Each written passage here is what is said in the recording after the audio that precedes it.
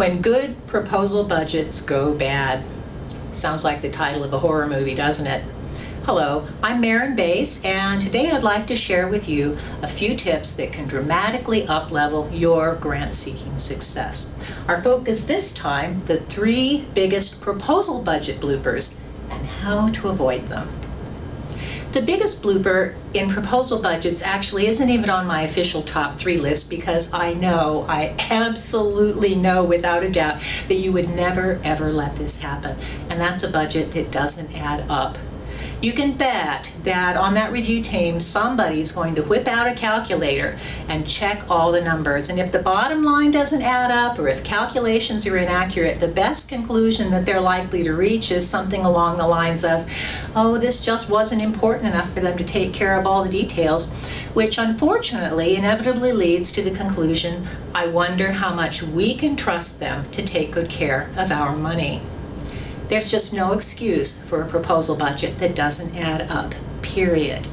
But you knew that already. So beyond the inexcusable, what are the 3 biggest budget bloopers that reviewers see? Blooper number 1, your budget and your narrative don't match. A proposal budget is meant to be an honest, accurate depiction of all the resources necessary to do the work that you're proposing to do. The budget is simply another way of describing your planned project. That means the proposal's work plan, which describes the project activities in words, and your budget, which describes your project activities in dollars, should be mirror images of each other.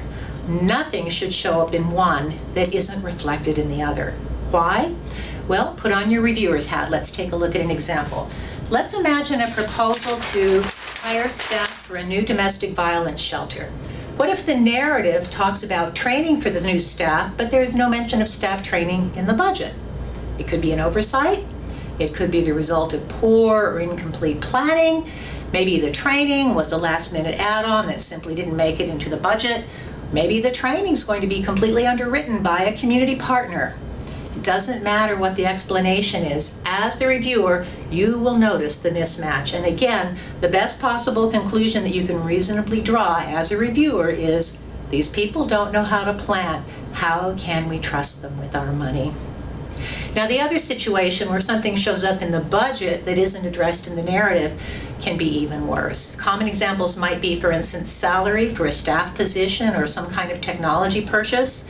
If it's there in the budget, yet nowhere in the narrative is there any mention of it, much less an explanation of how it contributes to the project. At best, the reviewer is left scratching his head, and at worst, the reviewer is going to suspect that someone's trying to get funding for some money that may not actually be a legitimate part of the project. Bottom line, if it's in the work plan, it needs to be reflected in the budget, and vice versa. Budget blooper number 2, over or under budgeting. Now let's go back to our definition of budget. A proposal budget is meant to be an honest, accurate depiction of all the resources necessary to do the work that you're proposing to do. Against this standard, there's no latitude for padding the budget, nor is there any rationale for requesting less than you honestly need to do the job. Reviewers aren't naive. They have a pretty good sense of what it takes to do a particular job. They know what's too much, they know what's not enough. Now, here's a question that comes up all the time. Since funders can and sometimes do fund a project at less than the amount requested, doesn't it make sense to plan ahead for that and ask for more than what we really need? Well, have you ever heard the phrase self-fulfilling prophecy? That's a classic example. A budget that's too low for the proposed work isn't going to impress the funders either. And by the way, what if you actually do get the too low award? Now you're committed to doing work that you don't have the resources to fully support.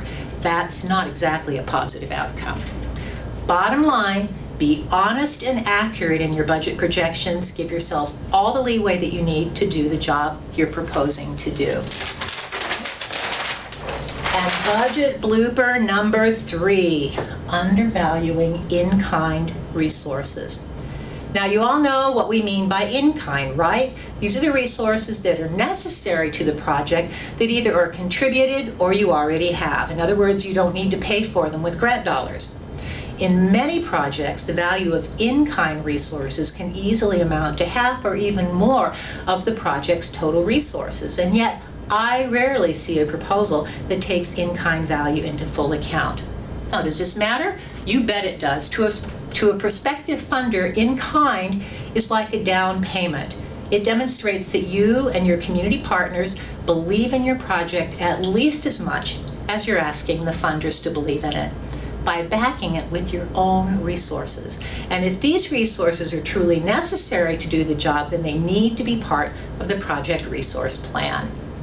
Now, undervaluing in-kind shows up in a number of ways, but the one I see most, and the one I preach about most passionately, is how we value contributed volunteer time. Please don't talk to me about the national average per hour value of volunteer time. This can be a useful number in some contexts, but it's meaningless when it comes to placing a value on the time of any one given volunteer. There's only one accurate and meaningful way to value volunteer time, and that's at fair market rate. The fair market places a very different value on the services of a neurosurgeon and a truck driver, and we should too when those services are being offered on a volunteer basis. Now, the implications of undervaluing volunteer services are enormous for society and for our individual agencies as well. I know one organization where volunteers do 90% of the work, and before they started reporting the accurate value of the volunteer contribution, their budgets and financial statements showed an administrative cost of 84%, hugely unappealing to funders. Once they valued the volunteer time accurately, the administrative share of their financial reports dropped to a very lean and very attractive 6%. Bottom line, make sure you're fully accounting for and fairly valuing all the resources necessary to do the job, contributed or otherwise.